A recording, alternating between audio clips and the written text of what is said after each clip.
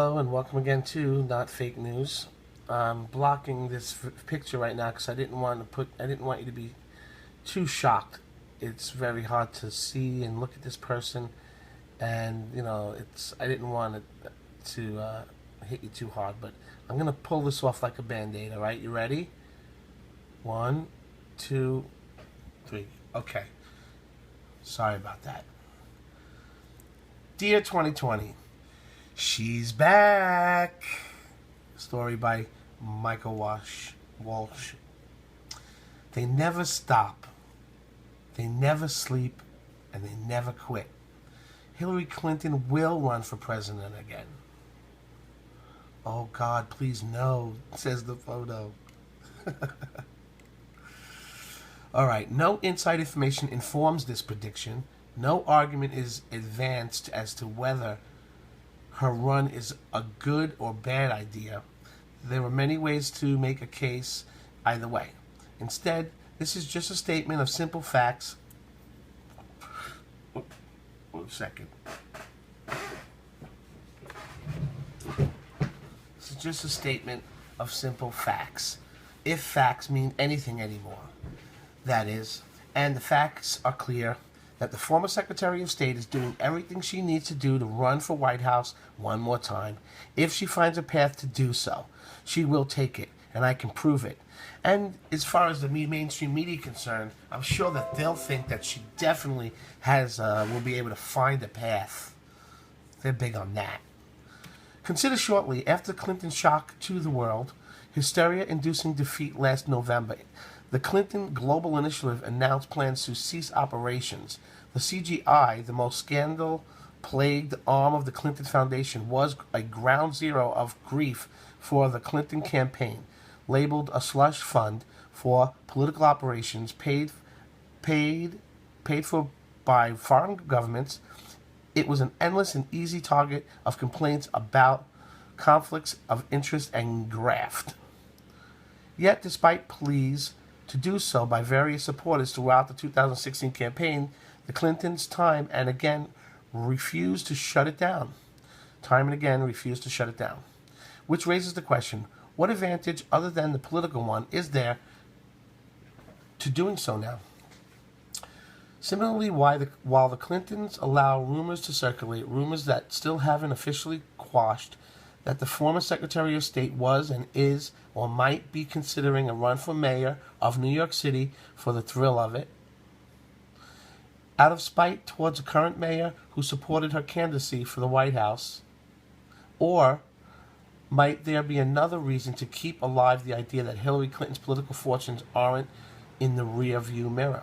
I promise I won't torture you much anymore with this, but the fact is the Clintons, like Obama, don't really know how to do anything except for run for office. Like most Democrats, they spent their lives feeding at the public's trough, taking advantage of the gullibility of half of the American public who simply cannot bring themselves to believe that the modern-day Democrat is little more than a criminal organization masquerading as a political party, and using the weapons of tolerance and diversity against the country they profess to care about.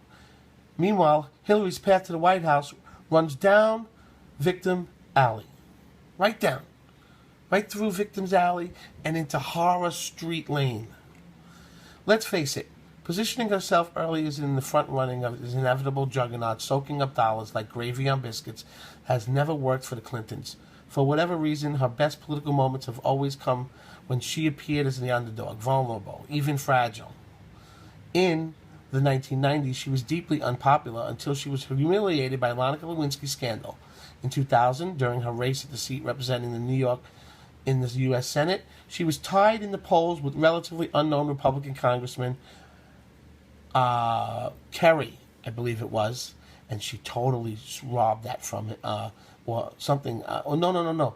Republican Congressman, it was Kennedy.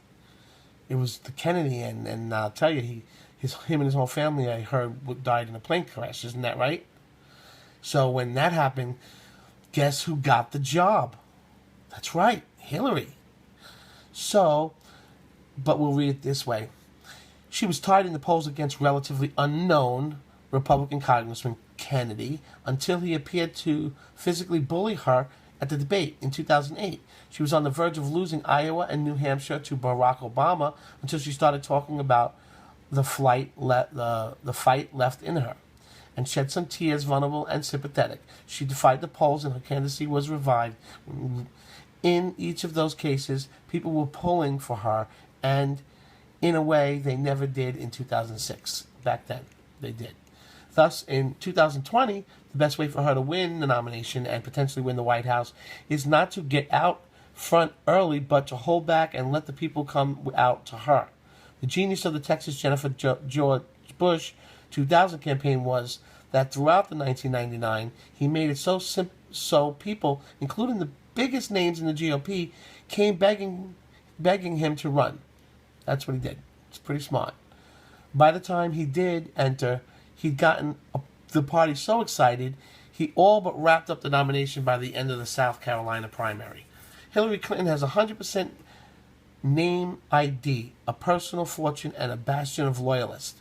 She could enter the race at the last possible moment, and at the behest of the people, of course, and catch her Democratic Party rivals by surprise. To soften her reputation as a programmed, overly cautious, and polarizing figure, Clinton should eschew the front-runner labels and run as an underdog, praising the other candidates and their proposals, opening up her campaign bus to the press corps, and offering to have a freewheeling debate with any major rival at any time and anywhere. Yeah, that sounds great, but the problem is she doesn't have a real goal.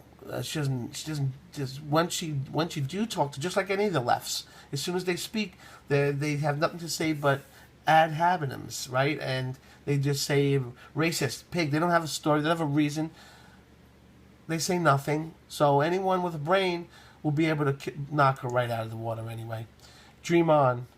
Dream on is the last sentence you dream on. America has been loud and clear and on this subject since 1990s. No Hillary Clinton in the White House ever. Let's keep it that way. Let's keep it that way is right. Spread this around to your friends and family. Twitter, Facebook, comment below. And subscribe if you haven't already subscribed. And if you like what we're doing here on the Not Fake News Network, please like our video. Even if you don't like her and you don't like what she's doing, you need to like what we're doing. If you like what we're doing here, then like the video. We really appreciate that.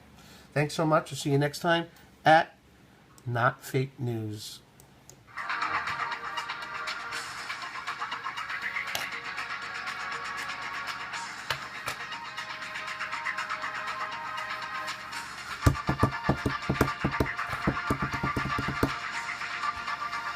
Boom.